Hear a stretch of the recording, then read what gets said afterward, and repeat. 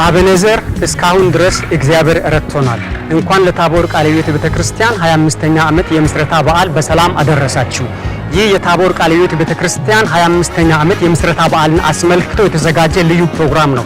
በዚህ ፕሮግራም ከቤተክርስቲያኒቱ ቀደምት የእምነት አባቶች እንዲሁም የቤተክርስቲያን መንፈሳዊ አገልጋዮች እንዲሁም ከቤተክርስቲያን መሪዎች ጋር ያደረግነውን ቆይታ በዚህ ፕሮግራም እናስቃኛችኋለን። እስከ ፕሮግራማችን ፍጻሜ ድረስ አብራችሁ እንድትሆኑ በአክብሮት ጋበዝን። እንኳን በድጋሚ ለ25ኛው ዓመት የምስረታ በዓል በሰላም አደረሳችሁ።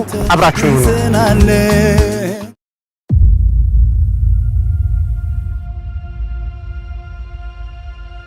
ተሰርቶ የምናመልክበት እንጂ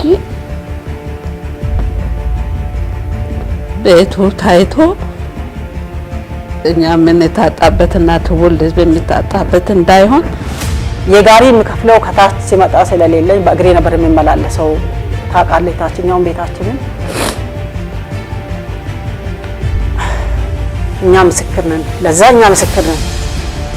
ሲያቋርጡ እኛ በምድረ በዳ ቀረን።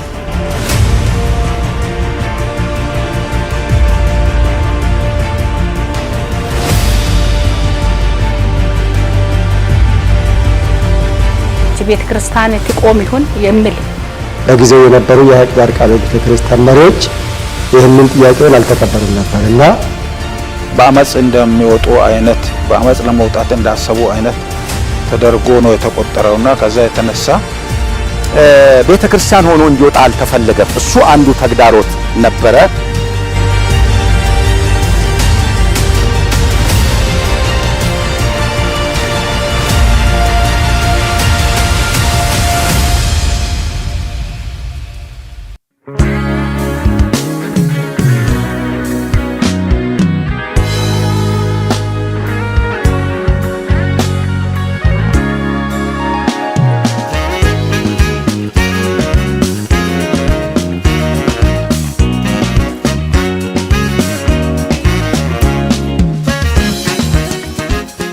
አቤኔዘር እስካሁን ድረስ እግዚአብሔር ረድቶናል።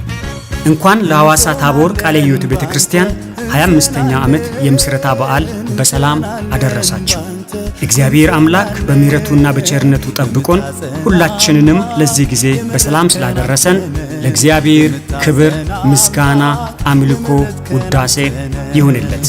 ዛሬ በዚህ ዶክመንተሪ ፊልም ዝግጅታችን በፊታችሁ ይዘን የቀረብነው የሐዋሳ ታቦር ቃለ ሕይወት ቤተክርስቲያን 25ኛ ዓመት የምስረታ በዓልን ምክንያት በማድረግ የቤተክርስቲያኒቱ የ25 ዓመታት ጉዞ ምን እንደሚመስል ከምስረታው ጀምሮ የነበረውን ሂደት ልናስቃኛችሁ ወደድን። አብራችሁ በዝማሬ ፊት እንቀርባለን፣ በዙፋን ስር እንሰግዳለን። እንደገና ገና ብዙ ገና የቤተ ክርስቲያን መሰራችና ባለቤት እንዲሁም አሳዳጊና ጠባቂ እግዚአብሔር ራሱ እንደመሆኑ መጠን የሐዋሳ ታቦር ቃለ ሕይወት ቤተ ክርስቲያንም የተመሰረተችው በእግዚአብሔር ፈቃድና ሐሳብ ነው።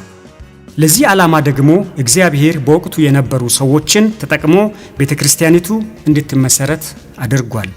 የምስረታውን ታሪክ ወደ ኋላ መለስ ብለን ስንመለከት በጊዜው በሐዋሳ ከተማ ከ1960ዎቹ ዓመተ ምህረት ጀምሮ የቃለ ሕይወት ቤተ ክርስቲያን የነበረች ሲሆን የመጀመሪያዋ አጥቢያ የሐዋሳ መሃል ከተማ አጥቢያ እንደሆነች፣ ቀጥሎም ከዚያው የወጣችው የሐዋሳ ሐይቅ ዳር ቃለ ሕይወት ቤተ ክርስቲያን እንደነበረች መረጃዎች ያሳያሉ። በዚህም ለሐዋሳ ታቦር ቃለ ሕይወት ቤተ ክርስቲያን መወለድ መነሻ የሆነው በወቅቱ በሐዋሳ ሐይቅ ዳር ቃለ ሕይወት ቤተ ክርስቲያን የሚያመልኩ ምዕመናን ከቦታ ርቀትና ከሕዝብ ብዛት አንጻር ከ1981 ዓ.ም ጀምሮ በተለያዩ የሰፈር አምልኮ ጣቢያዎች ምዕመናን በጋራ እንዲያመልኩና ህብረት እንዲያደርጉ በወቅቱ የነበሩ መሪዎች ምቹ ሁኔታን ፈጥረው ነበር። በዚህም በወቅቱ ዞን 4 በመባል በአሁኑ ሐዋሳ መምህራን ትምህርት ኮሌጅና ጤና ቢሮ አካባቢ እንዲሁም እስከ አላሙራ አካባቢ ያሉ ምዕመናን የተደራጁበት የአምልኮ ጣቢያ አንዱ ሲሆን በዚህ አካባቢ የሚያመልኩ ከጊዜ ወደ ጊዜ እየበዙ በመምጣታቸውና ለስራና ለትምህርት የሚመጡ ክርስቲያን ወንድሞችና እህቶችም በዚሁ አካባቢ እየጨመሩ በመምጣታቸው ተጨማሪ ሰፊ ቦታን በመፈለግ በወቅቱ የሰፈር አምልኮ ከሚካሄድበት ሰፋ ያለ ቦታ በወንድም ኢያሱ የቤቡ ቤት ሙሉ ግቢ ዳስ ተጥሎ ማምለክ ተጀመረ። በወቅቱ ከነበሩ ከነዚህ ቀደምት ከሆኑት የቤተ ክርስቲያን አባቶችና እናቶች እንዲሁም ከመንፈሳዊ ዘርፍ አገልጋዮች ጋር የሐዋሳ ታቦር ቃለ ሕይወት ቤተ ክርስቲያን 25ኛ ዓመት የምስረታ በዓልን ምክንያት በማድረግ አጠቃላይ የ25 ዓመታት ጉዞን በሚመለከት ባደረግነው ቆይታ እግዚአብሔር በዘመናት ሁሉ መካከል ሳይታክትና ሳይደክም ለክብሩ ድንቅ ነገርን የሚሰራ አምላክ መሆኑን ተገንዝበናል።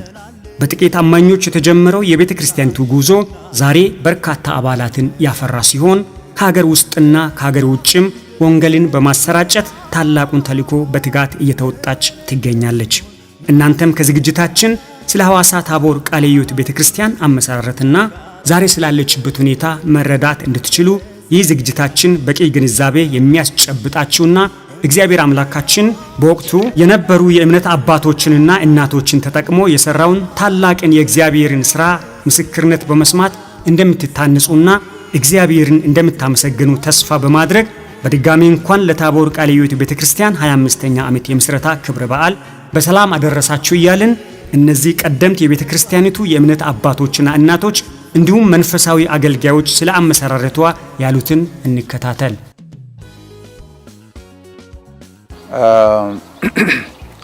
የታቦር ቃለ ሕይወት ቤተክርስቲያን በሰው ፈቃድም አይደለም፣ በሰው እጅም አይደለም የተጀመረችው። እግዚአብሔር ቤተክርስቲያንን በየትኛውም ዘመን እሱ ራሱ ነው የሚመሰርተው። ሰዎች ምናልባት በዛ ውስጥ ሊኖሩ ይችላሉ፣ አባላት ወይም በዛ አካባቢ ጌታ የሚጠቀምባቸው ሊኖሩ ይችላሉ እንጂ ቤተክርስቲያንን እግዚአብሔር ራሱ ነው የሚመሰርተውና ታቦር ቃለ ሕይወትም በእግዚአብሔር ፈቃድ ነው የተመሰረተችው። እገሌና እገሌ ተማክረው እንደዚህ መሰረቱ ማለት አንችልም። ስለዚህ እግዚአብሔር በወቅቱ የተጠቀማቸው ወይም ያሰባሰባቸው አካላት ነበሩ፣ ግን እነሱ አይደሉም። እግዚአብሔር ነው ታቦር ቃለ ሕይወትን የመሰረታት። ቤቱን አልተከራየንም። ቤቱን ወንድም ኢያሱ የሚባል ወንድም የራሱ ቤት ነበረ። እርግጥ እሱ ሁለት ቦታ ቤት ነበረው። የሚያከራየው ቤት ለማከራየት የሰራውን ቤት ለኛ ሰጠን። እኛ በነፃ ምንም ሳንከፍል ሰጥቶን ስንገለገል፣ እንደውም ክፍሏ ስትጠብ ቦታውን ሁሉ እንደራሳችን ቤት እያሰፋን ዳስ እየጨመረን ቤት እየጨመረን ሰርተን ስንገለገል ነበረና ለዚህ ጌታ ይባርከው እንላለን። ታላቅ ነገር ነው። ኪራይ ክፈሉ ቢባል ኪራይ መክፈል የምንችልበት አስራት አንሰበስብም፣ መስዋዕት አንሰበስብምና ችግር ነበረና በዛ ነው የተመሰረተ። ሐዋሳ ሐይቅ ዳር ቃለ ሕይወት ቤተክርስቲያን ቀደም ሲል 4 ዞኖችና 3 የተለያዩ አምልኮ ጣቢያዎች ነበሩ። ከነዚህ ውስጥ አንዱ ዞን 4 ተብሎ የሚታወቀው አሁን የታቦር ቃለ ሕይወት ቤተክርስቲያን መሰረት የሆነው ዞን 4 ነበረ። ስለዚህ አመሰራራቱ ከዛ ከዞን 4 ይጀምራል። ይሄ ደግሞ ቀደም ላለ ጊዜ ቤተክርስቲያኒቱ ከመመስረቷ በፊት ሁሉ በዚህ አካባቢ ተቋማት ነበሩ። ቲቲአይ፣ ቲቲሲ ከዛም በኋላ ደግሞ ጤና ረዳት ትምህርት ቤት ነበረና እዛ አካባቢ ያሉ ወገኖች ሁሉ የሚገለገሉበት ነበረ ዞን 4። እንደተባለው ሐሳቡ በእግዚአብሔር ነው፣ የእግዚአብሔር እቅድ ነው። ደግሞም የቅዱሳን ጸሎትም ነበረ። በዚህ አካባቢ ያሉ ወገኖች ሐይቅ ዳር ቃለ ሕይወት ቤተክርስቲያን ራቅ ስለሚል በአቅራቢያው መገልገል ፈልገው ሐሳቡም መሻቱም ጸሎቱም ነበራቸው።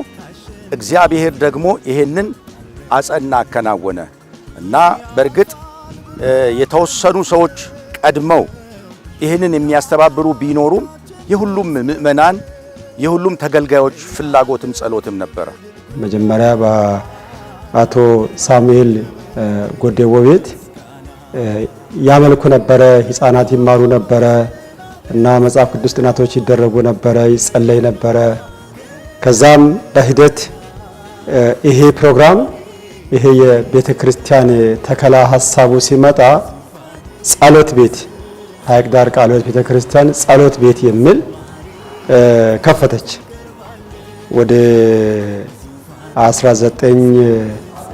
1987 አካባቢ እንደዛ ይመስለኛል ጸሎት ቤት ተከፈተ።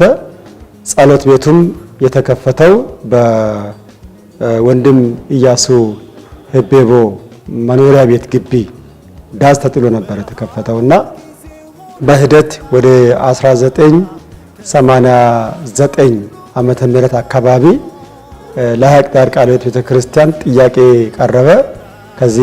እዚህ አካባቢ ከነበሩት ምእመናን ጥያቄው ምን ነበረ?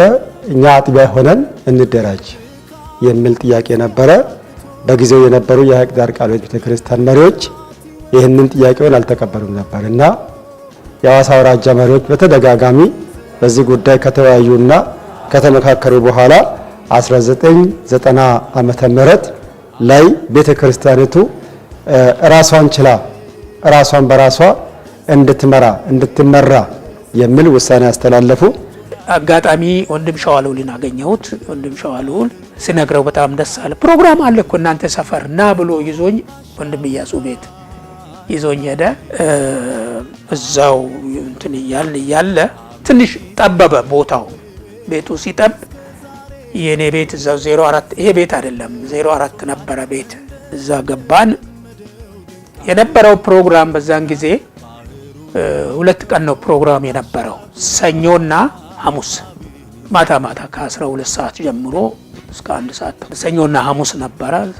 ሰኞ የጠቅላላ የአዋቂዎች የህፃናት ጭምር ነው። ሐሙስ ደግሞ የወጣቶች ፕሮግራም ተብሎ ይሰጥ ነበር እኔ ቤት። በዚህ ሁኔታ የተጀመረውን የሰፈር አምልኮን ወደ አጥቢያ ቤተክርስቲያን ለማሳደግ የሚደረገው ጥረት በ1989 ዓመተ ምህረት የካቲት ወር ለሐዋሳ አውራጃ ቃለ ሕይወት ቤተክርስቲያን ቀርቦ የሚያስተባብሩ ጊዜያዊ ኮሚቴዎች እንዲመረጡ ተደረገ። በ1989 ዓመተ ምህረት ከሐምሌ ወር ጀምሮ ከእናት ቤተክርስቲያን አጥቢያ በመላቀቅ አንድ ሙሉ ጊዜ የራሷን አገልጋይ መጋቢ አክልሉ ላሌጎን በመሰየም አምልኮ የቀጠለ ሲሆን በ1991 ዓመተ ምህረት የካቲት 9 ጀምሮ ደግሞ መደበኛ የአጥቢያ መሪዎች በይፋ እንዲመረጡ በማድረግ በወቅቱ ሲጠቀሙበት በነበረው በወንድም ኢያሱ ህቤቦ ግቢ አምልኮ መካሄዱን ቀጠለ። በመቀጠልም ለቤተክርስቲያኒቱ ቋሚ የማምለኪያ ስፍራ የማግኘቱ ሂደት ፈታኝ ስለነበር ይህን ሂደት በወቅቱ የነበሩ የእምነት አባቶችና እናቶች እንዲህ ይገልጻሉ።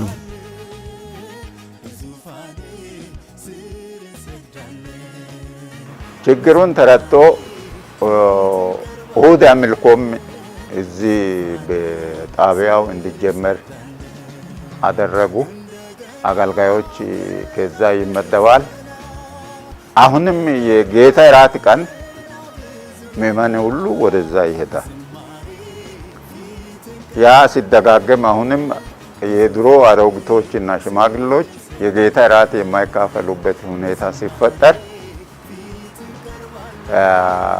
አምልኮው እዚህ ጌታ እራትም እዚህ በተወሰኑ ሽማግሌዎች እንዲሰጥ ተደርጎ ከቆየ በኋላ እዛ በዚያን ጊዜ ችግሩን የተረዱ ሽማግሌዎች የአገልግሎት ዘመናቸውን ሲጨርሱ ሌሎች የተመረጡ ሽማግሌዎች ተቃውሞ አመጡ።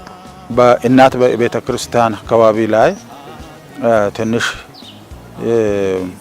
አለመግባባት ነገርም ስለነበረ እዚህ ታቦር አካባቢ በጸሎትና እንደዚሁ አምልኮ እያካሄዱ የነበሩ ወገኖች ለምን ሙሉ ፕሮግራም የጸሎት ፕሮግራም እዚሁ ለምን አንጀምርም የሚል በዛ ነው እየተጀመረ የሄደው።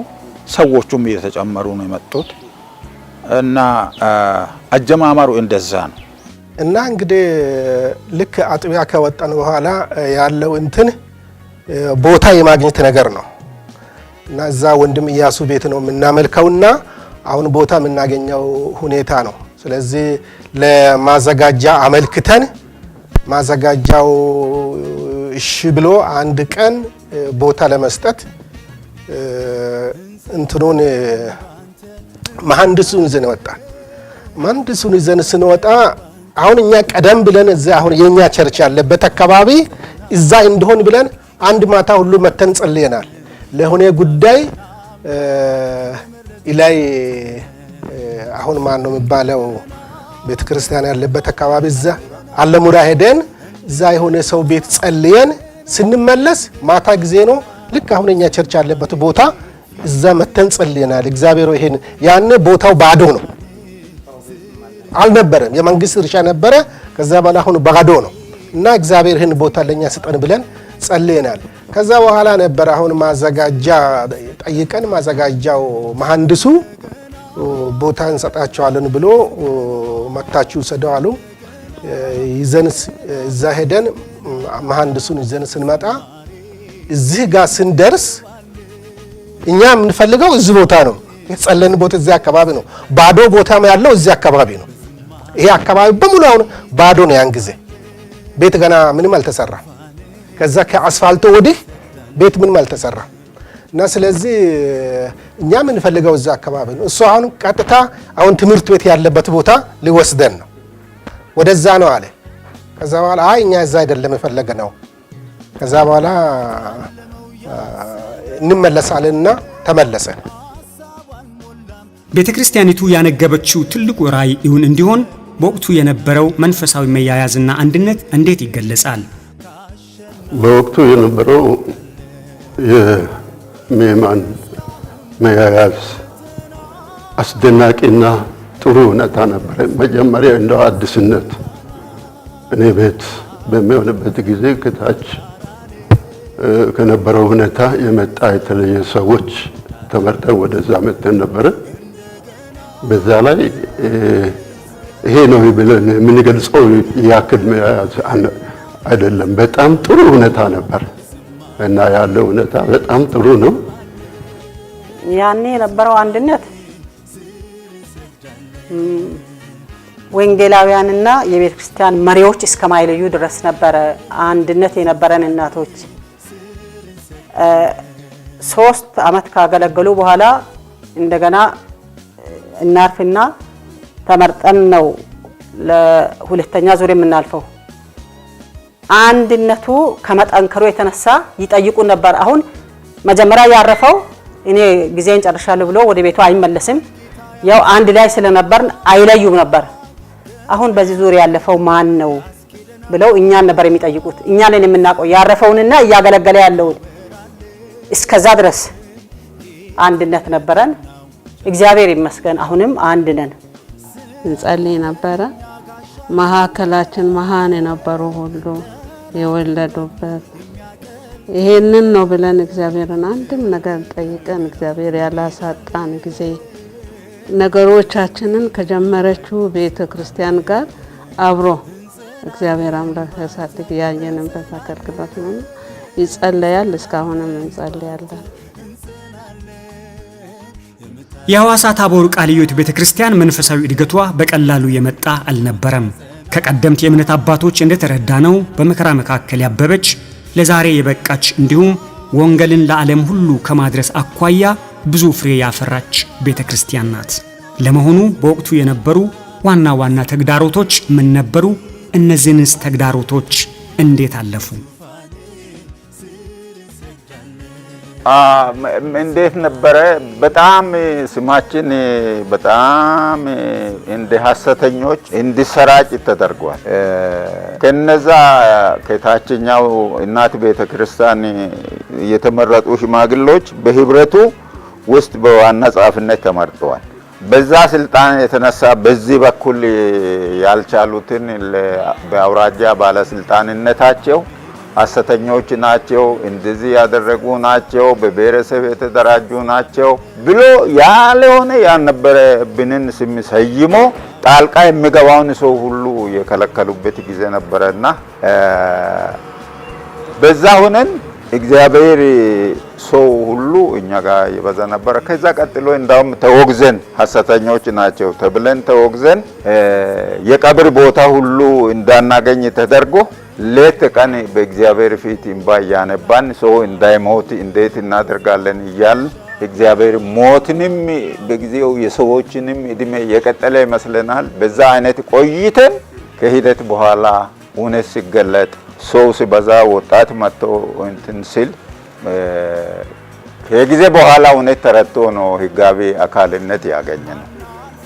በተለይ የእናት ቤተ ክርስቲያን መሪዎች ትንሽ ጫና ለማሳል ለምን ለሌላ ሳይሆን አጥቢያ መውጣት ብዙውን ጊዜ በእናት ቤተ ክርስቲያን ፈቃድ ነው እንትነን ብለውና ያን ቶሎ ሰዎች ወደዚህ እንዲወጡ ስላልተፈለገም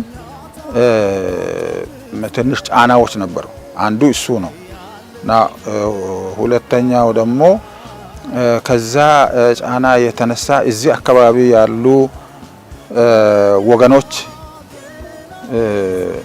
በዞን ደረጃ ያሉ ወገኖች የአገልግሎት የማግኘት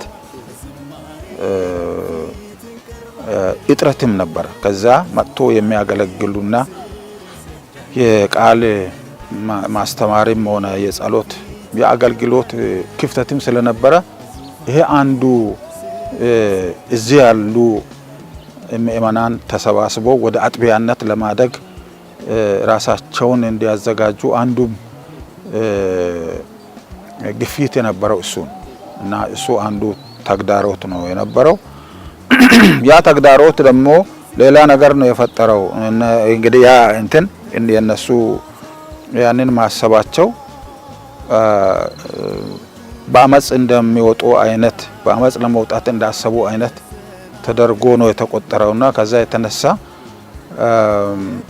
አንደኛ መውጣት የለባቸውም የሚል አውራጃው ፈቃድ እንዳይሰጥ የመከልከል ነገር፣ ሁለተኛ ደግሞ በአብያተ ክርስቲያናትም እነዚህ ሰዎች ከአጥቢያው አፈንግጦ ሊወጡ ነውና በሚል ስጋት አገልግሎቶች በየቦታ አገልግሎት እንዲሰጣቸው አያስፈልግም የሚል ያም ጫና ነበር።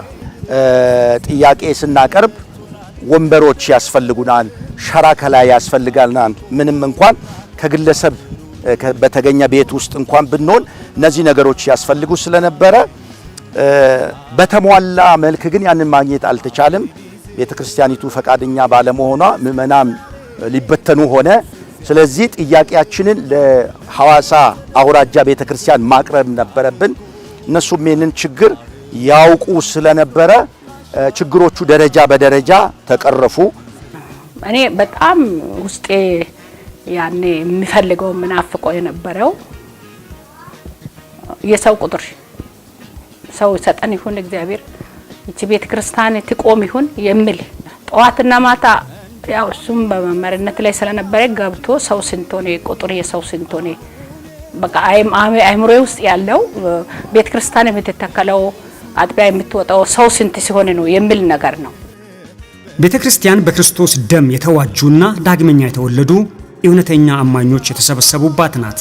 በመሆኑም ወንጌልን ለዓለም ሁሉ ማሰራጨትና ደቀ መዝሙር ማድረግ፣ የተለያዩ ማህበራዊ አገልግሎቶችን መስጠት እንዲሁም አቅመ ደካሞችን ማገዝ ይገኙበታል። ከዚህ አኳያ በ25 ዓመታት ውስጥ ቤተክርስቲያኒቱ ያከናወነቻቸው ቁልፍ ስራዎች በተለይም ወንጌልን ከማሰራጨትና ደቀ መዝሙር ከማድረግ እንዲሁም የተለያዩ ማህበራዊና ኢኮኖሚያዊ ብሎም የልማት ስራዎችን ከመስራት አንጻር ምን ተግባራት ተከናወኑ ብለን ላነሳነው ጥያቄ እንዲህ ነበር ያጫወቱን። ይሄ ቦታ ሩቅ ነው፣ እኛ አንቀበልም፣ ሌላ ቦታ ካልሰጣችሁ ብለን ትተን ብንሄድ ይሄ ትምህርት ቤት እንደዚህ አይሆንም ነበር። እግዚአብሔር ይመስገን አሁን ትምህርት ቤቱ ህጋዊ ትምህርት ቤት ሆኖ ትልቅ አገልግሎት እየሰጠ ነው ያለው። ይሄ ትልቅ ልማት ነው ማለት ነው። እግዚአብሔር ይመስገን አሁን ይሄ ትምህርት ቤት ብዙ ልጆችን ሊያግዝ ችሏል። አሁንም እያገዘ ነው ያለው። ይሄ በጣም ትልቅ ከልማት ተብሎ ከሚታሰቡት ነገሮች ትልቅ ነገር ነው። የሰውን ልጅ አእምሮ ከማልማት የሚበልጥ ልማት የለም። እንደው ማህበራዊ መተጋገዝን በተመለከተ እኛው ለኛ የሚል በቤተ ክርስቲያናችን አባላት ከኪሳቸው በየአመቱ በሚሰጡት እገዛ ብዙዎች በእውነት ሊማሩ ያልቻሉ ተማሪዎች ሊማሩ ችለዋል እና ብዙዎች ሊጎባኙ ችለዋል። ይሄ ቀላል ነገር አይደለም። እግዚአብሔር በዚህም በጣም ረድቶናል ማለት ይቻላል። በዚህ አጥቢያ ውስጥ እንዲሁም መስራት እየፈለጉ አቅም ያጡ ሰዎች ትንሽ ቆጥበው ከቆጠቡት ውስጥ ደግሞ ተበድረው የሚሰሩበት በኢትዮጵያ ቃለ ሕይወት ቤተክርስቲያን የነበረ ከተማ አቀፍ ማህበራዊ አገልግሎት በዛም ዘርፍ ብዙ ስራዎችን ስትሰራ ቆይታለች። በቤተክርስቲያኒቱ ያሉትን በጣም የተቸገሩትን በመርዳት እኛው ለኛ በጎ አድራጎት አገልግሎት በቤተክርስቲያን ውስጥ የተቋቋመ አለ እና በዚህ አገልግሎት ደግሞ ብዙዎችን ስትደርስ ቆይታለች። ቤተክርስቲያን ዛሬ ለደረሰችበት ደረጃ የእናቶች ጸሎትና መሰጠት ትልቅ ፋይዳ አለውና ከዚህ አኳያ እናቶች ለቤተክርስቲያን እድገት ያበረከቱት ድርሻ ምን ይሆን? እናቶች እንጸልይ ነበር፣ አድረን እንጸልያለን። ማክሰኞ ውሎ ነበረን። ወር በገባ በሁለተኛው ሳምንት ውለን እንጸልያለን። የኛ አቅምና የኛ ጉልበት ጸሎት ነበር። ያ ጸሎት ደግሞ ታላቅ ስራ ሰርቷል። ክብር ለእግዚአብሔር ይሁን። ጸሎት የምንጸልየው ባልተከፋፈለ በአንድ ልብ ነበር። እየተደማመጥን አንዱ የሚናገረውን አንዱ እየሰማ እየተስማማን እየተደማመጥን ነበር። ምክንያቱም አንድነት በሌለበት እግዚአብሔር ስለሌለ በአንድ ሐሳብ ተስማምተን እንጸልይ ነበር። የሚገርም አይነት አለ። እኛ ጸሎትን የተለማመደ ነው በችግር ነው። አሁን እኛ እናት ጸሎት ህብረት የሚባለው በእውቅና ውስጥ በውጭ በኩል የሚሰማው ዘርፍ ሆኖ የሚታይም ይሁን አይታይ አላውቅም። የእናት ህብረት ተብሎ የእናት ጸሎት ህብረት ተብሎ ዛሬም የሚጠራው ያኔ የመሩትም ቀጥሎ የመሩትም ስቲል እስካሁን ድረስ ያሉት ብዙ ባይሆንም እስካሁን ድረስ አሁን ያሉት በስተቀር ሁሉም ተጠቃልነሽ ስንጸልይ ነው ጸሎት ህብረት ሆነን የቀረነው። ጸሎት ህብረት ሆኖ የቀረው እናቶች ሁሉም መሪ የመሩ ናቸው። አንላቀቅም።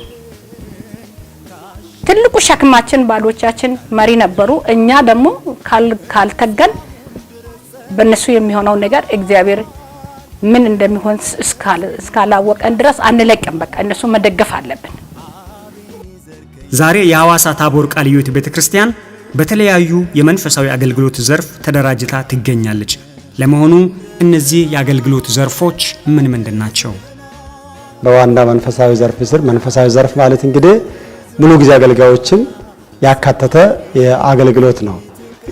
ለምሳሌ ከሙሉ ጊዜ አገልጋዮች የሴቶች አገልግሎትን ወንጌላዊት ካሰች ማረፉ በዋናነት እንድታስተባብር ከሙሉ ጊዜ አገልጋዮች ተመደበች። ከዛ ቀጥሎ የወጣቶች አገልግሎት አለ። መጋቢ ፍጹም ዘለቀ ዛሬ ከነዚህ ከወጣቶች አገልግሎት ጋር አብሮ ይሰራል። ከዚህ ጋር ከወጣቶች አገልግሎት ጋር ተያይዞ ሌላው መጋቢ ፍጹም የሚሰራው ምንድነው? የዝማሬና የሙዚቃ አገልግሎቶችን ጭምር የማስተባበር እና የቤተ ክርስቲያናቱን ኦዲዮ ቪዥዋል አገልግሎቶችንም ጭምር የመምራት ስራ ይሰራል። ሌላው የልጆች አገልግሎት ነው። የልጆች አገልግሎት በዚህን ጊዜ ሁለት ሙሉ ጊዜ አገልጋዮች ያሉበት አገልግሎት ነው። ወንጌላዊ አማኑኤል አሉላና ወንጌላዊት ሂሩት ዮሐንስ ያገለግላሉ።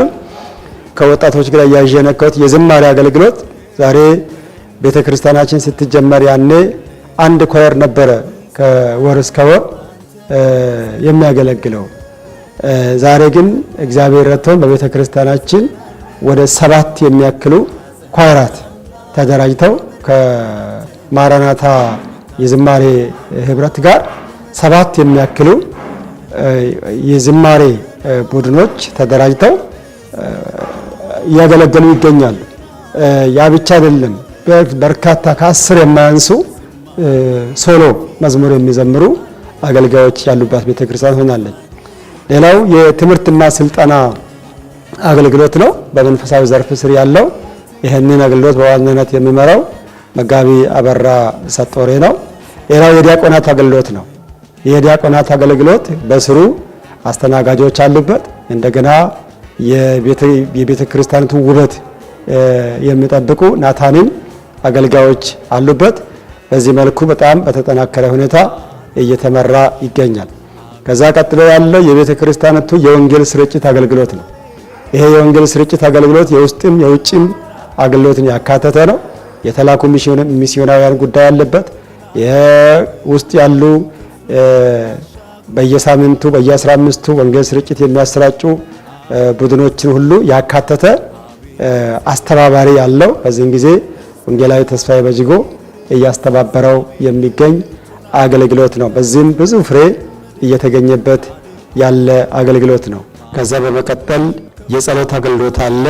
የጸሎት አገልግሎት በዋናነት በዋና ማስተባበሪያ የሚመራ ሆኖ ከስሩ ወደ 9 የሚያህሉ የአገልግሎት ዘርፎች አሉበት። በቤተ ክርስቲያኒቱ ውስጥ ወንጌልን በማገልገል የተሰማሩ መጋቢያን፣ ወንጌላውያን እንዲሁም ደግሞ በተለያዩ ስፍራዎች በሀገር ውስጥና ከሀገር ውጪ ይገኛሉ። ለመሆኑ የት ይገኛሉ? አገልግሎታቸውስ ምን ይመስላል?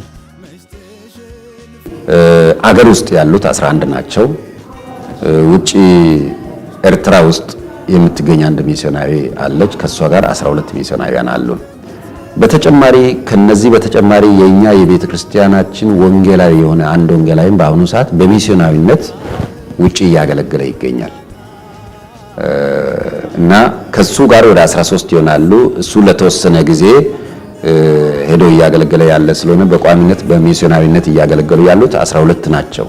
ኤርትራ ከምትገኝ አንዲት ሚስዮናዊ ጋርና ያሉበትን ቦታ በተለያዩ የሀገሪቱ ክፍሎች ነው የሚገኙት። እነዚህ ቦረና ላይ አንድ ሚስዮናዊ አለን። ባሌ ላይ ደግሞ 3 ሚስዮናውያን አሉን። ባሌ ገረምባሞ ላይ፣ ወርቃ ላይ፣ ጃራ ላይ እንደዚህ አሉን። እንደዚሁም ዝዋይ ላይ አንድ ሚስዮናዊ አለን። ወሎ ላይ ጃማ በሚባል ቦታ ደግሞ አንድ ሚስዮናዊ አለን። ደብረ ማርቆስ ላይ አንድ ሚስዮናዊ፣ ባህር ዳር ላይ አንድ ሚስዮናዊ፣ ቡኖ በደሌ ላይ አንድ ሚስዮናዊ አለን። ዳውሮ ኢሳራ ላይ ደግሞ አንድ ሚስዮናዊ አለን። እንዲሁም ደቡብ ኦሞ ላይ በና አልዱባ አካባቢ ላይ አንዲት ሚስዮናዊ አለችን። እንግዲህ ቅድም የጠቀስኳት ሌላኛዋ ሚስዮናዊ ኤርትራ ያለች ናት። እንግዲህ በእንደዚህ አይነት በአገሪቱ ውስጥ በተለያዩ ቦታዎች ሚስዮናውያንን ልከናል። እነዚህ አሁን ያሉት 12 ሚስዮናውያን እንዳሉ ሆኖ አሁን በተለይ ከዚህ ከ25ኛው ዓመት በዓል ጋር ተያይዞ ደግሞ ተጨማሪ 3 ሚስዮናውያንን ለመላክ ኦልሬዲ ዝግጅት አጠናከል የሚላኩበትንም ቦታዎች አዘጋጅተን በመጠበቅ ላይ ስላለን ከ25ኛው በዓል አከባበር ጋር ተጨማሪ 3 ሚስዮናውያንን ደግሞ ለመላክ አቅደናል፣ ተዘጋጅተናል እና አገልግሎቱ በሚስዮናውያን በኩል ይሄንን ይመስላል። ምናልባት አሁን ለጊዜው የተቋረጠ ከሀገር ውጪ አንድ ሚስዮናዊ ነበረን በህንድ ሀገር ህንድ ላይ የላክነው አንድ ሚስዮናዊ አለን። ያ ሚስዮናዊ በአሁኑ ሰዓት እዚህ ጋር ያልጠቀስኩት ከአሰራር ጋር ተያይዞ አሁን ካለው ሁኔታ ከኢትዮጵያ ቃለ ሕይወት ቤተክርስቲያን ጋር ለጊዜው የምንልክለት ቀለብ ሊደርስ ስላልቻለ እንዲቆም ስለተደረገ በዚህ ምክንያት ነው። ቀደም ሲል ከነዚህ ከ2-3 ዓመታት በፊት ያም ሚስዮናዊ በእኛ የሚደገፍ ሚስዮናዊ ነው። ለጊዜው አሁን ግን ቀለብ ስለተቋረጠ እዚህ ውስጥ አልጠቀስ ነው። የተጀመረው የወንጌል አገልግሎት ስራ ተጠናክሮ እንዲቀጥል በመስኩ ለተሰማሩ አገልጋዮች እገዛና ድጋፍ ያስፈልጋልና ከዚህ አኳያ ለወንጌላውያን የሚደረግላቸው ክትትልና ድጋፍ ምን ይመስላል? አንደኛ የምናደርገው የወር ቀለብ ይሰፈርላቸዋል ለነዚህ አገልጋዮች። እንደገና ደግሞ እነዚህ አገልጋዮች ወዳሉበት ቦታ አገልጋዮችን በመላክ ጎብኚዎችን በመላክ ምን እየሰሩ እንደሆነ ይጎበኛሉ፣ ይጠየቃሉ። እንደገና ደግሞ በተለያዩ ጊዜያት ወደ ቤተ ክርስቲያን ወደ ቤተ ክርስቲያን እየመጡ እየተመለሱ ስልጠናዎችን የሚወስዱበት ሪፍሬሽ የሚያደርጉበት አብረው እዚህ ካሉት ወገኖች ጋር የሚገናኙበት አብረው የሚጸልዩበት ሁኔታ ይፈጠርላቸዋል እና በቤተ ክርስቲያን ውስጥ እያንዳንዱ ሚሽነሪ የሚጸልይለት አካል አለው። የሚጸልይለት የተመደበ የወንጌል ማህበረተኞች ተከፋፍለው ለነዚህ ሚሽነሪዎች ይጸልያሉ። በየጊዜው ይጸልዩላቸዋል። እንደገና ደግሞ ስልክም እየደወሉ እንዴት አላችሁ እየበረታችሁ ነው ወይ የሚል ጥያቄ ያቀርባሉ። በተቻለ መጠን በአመት አንድ ጊዜ ለመጎብኘት እናስባለን። ከአቅም በላይ ከሆነ ግን በሁለት አመት አንድ ጊዜ እንጎበኛቸዋለን። እስካሉበት ቦታ ድረስ ወንጌላውያንና ሽማግሌዎችን ከሽማግሌዎችና ከወንጌላውያን የተወሰኑትን በቡድን በመላክ እስካሉበት ቦታ ድረስ እስከሚያገለግሉበት ቦታ ድረስ በመሄድ እንጎበኛቸዋለን። አገልግሎታቸውንም አይተን እንመለሳለን። ወንጌልን በሀገር ውስጥና ከሀገር ውጪ ከመስበክና ደቀ መዝሙር ከማድረግ በተጨማሪ ከሐዋሳ ታቦር ቃለ ሕይወት ቤተክርስቲያን አጥቢያ የተወለዱ ሌሎችም አጥቢያዎች አሉና እነዚህ አጥቢያዎች ማን ማን ናቸው? ብዙ አጥቢያዎችን ታቦር ቃለ ሕይወት ቤተክርስቲያን ብዙ አጥቢያዎችን ወልዳለች ማለት ነው። እነዛ ሲወጡም ደግሞ እንደኛ በመገፋፋትና በመካሰስ እንደዛ ሳይሆን በጣም በፈቃደኝነት በጣም በደስታ እስኪደራጁና ራሳቸውን እስከሚችሉ ድረስ ከታቦር ቃለ ሕይወት ቤተክርስቲያን ካዚና ገንዘብ እየወጣ አገልጋዮች እየተመደቡ በጣም እስኪደራጁ ድረስ ትልቅ ስራ እየተሰራ ነው። እነዚህ አጥቢያዎች የወጡትና ራሳቸውን የቻሉት ቡልቻ ከኛ ነው የወጣቸው፣ አላሙራ ከኛ ነው የወጣቸው፣ ምስራቅ ቃለ ሕይወትም ከኛ ነው የወጣው። በአራቱ ማዕዘን ሰፍተናል። ሪፈራል ቃለ ሕይወትም ከኛ የተወሰኑ ሰዎች ተጨምረውበታል። ትሰፋላችሁ ይለን ነበር እንደተናገረ እንደዛው አስፍቶናል፣ እኛንም አስፍቶናል። በአራቱ ማዕዘን ትሰፋላችሁ፣ ሌላ ቤተክርስቲያን ከዚህ ወጥቶ ይመሰረታል ያለውንም አድርጓል እግዚአብሔር። ሲጀመር በተወሰኑ ምእመናኖች የተጀመረው የሐዋሳ ታቦር ቃለ ሕይወት ቤተክርስቲያን ዛሬ አድጎ በተለያዩ የአገልግሎት ዘርፎች ተደራጅቷል። በርካታ አባላትንም አፍርቷል። ለመሆኑ ምን ያህል አባላት አሉ? የተለያዩ መንፈሳዊና ማህበራዊ አገልግሎቶችን ለአባላቱ ተደራሽ ከማድረግ አንጻር ምን ምን ስራዎች የተከናወኑ ይገኛሉ? የቤተ ክርስቲያናችን አገልጋዮች በዚህ ጊዜ ከ1800 እስከ 2000 የሚያህሉ አገልጋዮች አሉ። ማለት አባላት አሉ። ማለት አባላት ብዙ ጊዜ ይንቀሳቀሳሉ። በመሸኛ በምንም እየሄዱ በርካታ ሰዎች በምስረታ ወቅት ከነበሩ ሰዎች መካከል በርካታ ሰዎች በመሸኛ በተለያዩ መንገዶች ወደ ውጭ ሀገር፣ አዲስ አበባ፣ የተለያዩ አካባቢዎች የሄዱ ሲሆን አሁን ግን ከ1800 በላይ የሆኑ ምእመናን በእጃችን አሉ። ስለዚህ እነዚህን ለመድረስ ቤተክርስቲያኒቱ በአሁኑ ሰዓት 3 መጋቢያን አሉ፣ 9 ወንጌላውያን አሏት። እንዲሁም ደግሞ በወጣት ዘርፍ አሁን በቅርብ ጊዜ የወጣት አገልግሎትን ለመደገፍ የወጣት አስተባባሪ ጸሐፊ ሆኖ ከተመደበ አገልጋይ ጋር በአጠቃላይ 13 በዚህ ዘርፍ የሚያገለግሉ አገልጋዮች አሉ። ቤተክርስቲያን ባለፈችባቸው ሂደቶች ውስጥ እንደ ትልቅ ተግዳሮት ተደርገው የሚወሰዱ ጉዳዮች ምንድናቸው? እነዚህንስ ተግዳሮቶች እንዴት ማለፍ ይቻላል? ምእመናን በሚፈልጉት ልክ ያለ መድረስ ይሄ ችግር አለ እና እነዚህን እንግዲህ በሂደት እያንዳንዱን እየፈተሽን እያጠራን የማስተካከል ስራ እንሰራለን ብለን እናስባለን። በቤተ ክርስቲያን ያሉ መልካም አጋጣሚዎች ምን ምንድናቸው? እነዚህን መልካም አጋጣሚዎችንስ እንዴት ለወንጌል አገልግሎት መጠቀም ይቻላል? ሰው ወንጌል እየሰማ መሆኑ ራሱ ትልቅ መልካም አጋጣሚ ነው። ስለዚህ በከተማም ከከተማ ውጭም ወንጌልን ማድረስ ይጠበቅብናል። ይሄ አሁን በዚህን ጊዜ ወንጌልን ኢትዮጵያ ውስጥ በብዙ ቦታዎች ላይ መስበክ ይቻላልና ወንጌል መስበክ በሚቻልበት ጊዜ ላይ ወንጌልን ቤተክርስቲያን ለመስበክ መነሳሳት፣ ቤተክርስቲያንን መቀስቀስ፣ ማነሳሳት፣ ማስታጠቅ ያስፈልጋልና ይሄ ያለን አንድ ትልቅ መልካም አጋጣሚ ነው። ለቤተ ክርስቲያኒቱ እድገት መጽሐፍ ቅዱሳዊ የሆነ ጠንካራ አመራርና አስተዳደር የራሱ አስተዋጽኦ አለውና ከዚህ አኳያ በቤተ ክርስቲያኒቱ የመሪነት አገልግሎት እስካሁን ባለው ሂደት ምን ይመስላል? ከጅምር ጀምሮ የነበሩት የቤተ ክርስቲያኒቱ መሪዎች በጣም የተሰጡ ጌታን ለማገልገል ከልባቸው ጊዜያቸውን፣ ዕውቀታቸውን፣ ገንዘባቸውን ያላቸውን ነገር ሳይሰስቱ በቤተ ክርስቲያን አገልግሎት ላይ የሚያውሉ መሪዎች ከጅምር እስከ ዛሬ ነበሯትና በዚህ እግዚአብሔርን በጣም እናመሰግናለን። በዚያን ጊዜ የነበረው ነገር መቀባበሉ እኔ መግለጽ የማይቻለው ነው። እንዳውም አባባል ነበረ 7 እንደ 1 እንደ 7 ተብሎ የሚነገር አባባል አለ። በመተማመን ነው የለማችሁ ማለት ይችላል።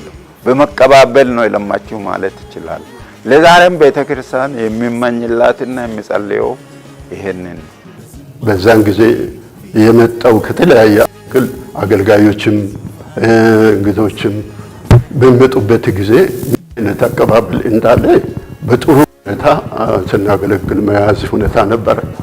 የቀጣይ የቤተ ክርስቲያኒቱ የትኩረት አቅጣጫዎች በተለይም ትውልድን ከማነጽ ወንጌልን ከማሰራጨትና ለመንጋው ትኩረት ሰጥቶ ከማገልገል አንጻር እንዴት ይታያል? እና ቤተ ክርስቲያን አሁን ምእመናንን አስተባብራ ያሉትን አገልጋዮች አስተባብራ ተጨማሪ ሚሽነሪዎችን መላክ አለባት። በዚህ መቆም የለባትም፣ ልትቆምም አትችልም። ስለዚህ ቀጣይ አገልጋዮችን ማሰማራት አገር ውስጥና ከአገር ውጭ ያሉ የቤተ ክርስቲያኒቱ አባላት የነበሩ አሉ። እነሱን ሁሉ በማስተባበር ፈንድሬዝ በማድረግ ተጨማሪ ሚሽነሪዎችን መላክ ነው ያለባት። ታቦር ቃለ ሕይወት አሁንም ትቀጥላለች፣ ወንጌልን ትሰራለች። በልማት ስራዎችም ላይ አሁን እንደምናየው አይደለም። ትምህርት ቤቱንም በደም አደራጅታ እስከ 12ኛ ክፍል ድረስ የማደራጀት ሐሳብ አለ። ያ ደግሞ በዚህ በልማቱ ተሳትፎ ትልቅ ስራ ነው ማለት ነው። ያ ብቻ አይደለም። ጌታ ቢፈቅድና ብንኖር በተለያዩ ቦታዎች በሚሽነሪዎች በተመሰረቱ አጥቢያዎች እዛም አካባቢ ትምህርት ቤቶች እንዲሰሩ እና የልማት ስራዎች እንዲጠናከሩ እና ለህብረተሰቡም ለሀገርም የሚጠቅም ነገር እዛም አካባቢ እንዲሰራ ካሁኑ የመዘጋጀት ነገሩ ይቀጥላል። አሁን ቀጥሎ ከቤተ ክርስቲያን ጀርባ ያለው ቦታ አለ። እዛ ቦታ ላይ ህንፃ ለመገንባት በእቅድ ላይ ያለ ነው። ዲዛይኑም አለን እና አሁን ይሄንን ስራ ከሰራም በኋላ ደግሞ እግዚአብሔር አቅም ሲሰጠን ከቤተ ክርስቲያን ጀርባ ባለው ቦታ ላይ ግንባታዎችን ለማከናወን እናስባለን። እነዚህ ቀደምት የቤተ ክርስቲያኒቱ አገልጋዮችና መሪዎች በልባቸው ያለውን መሻትና በቀጣይም ትውልድ ላይ እግዚአብሔር እንዲሰራ የሚፈልጉትን እንዲነበር ያጫውቱን። ፍቅር እንዲጨምር በነገሩ ሁሉ እንደ እግዚአብሔር አምላክ ማደግ እንድታድግ በተለይ ትውልድን እግዚአብሔር አምላክ ለክብሩ እሱ እንዲያዘግና አሁን ከሚታይባት ያለፈ ክብር እንዲኖራት ነው።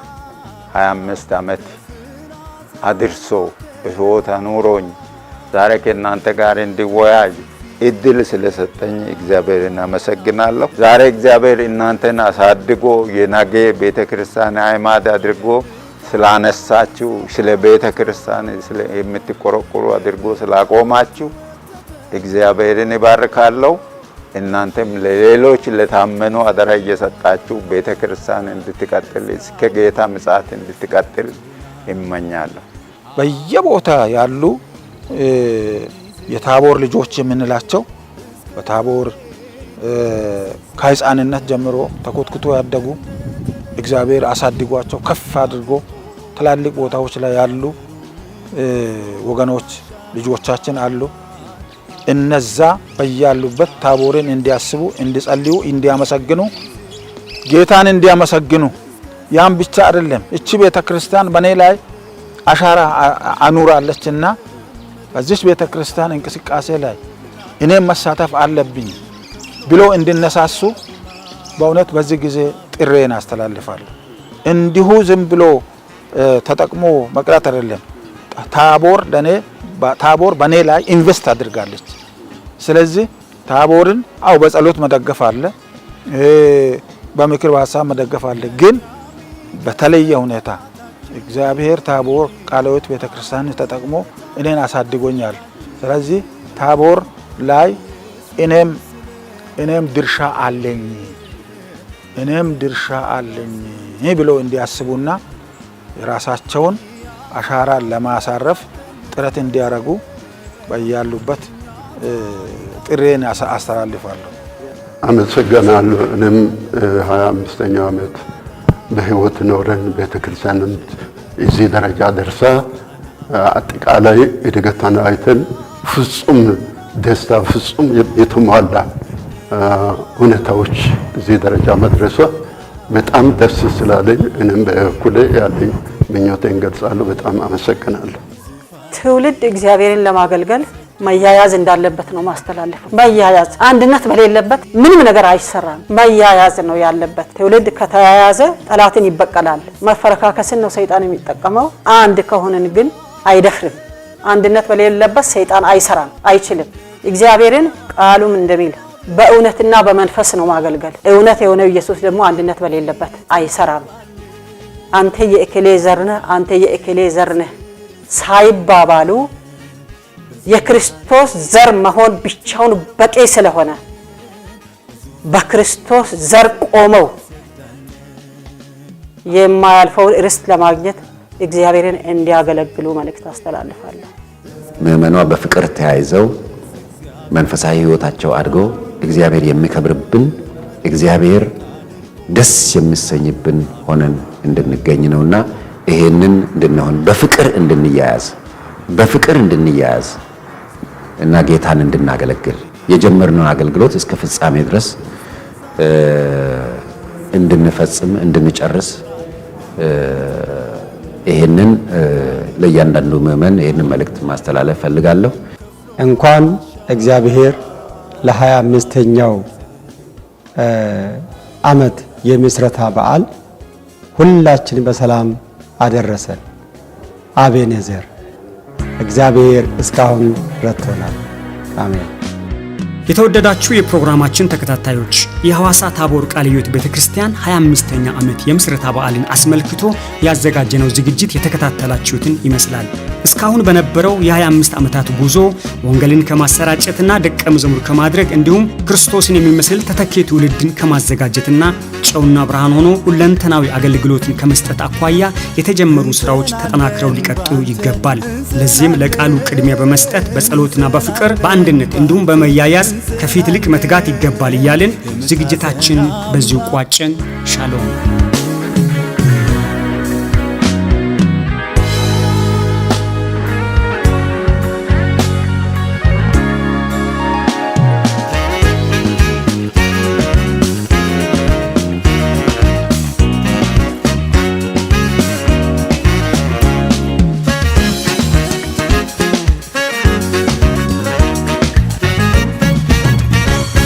እንጸናለን ባንተ እንጸናለን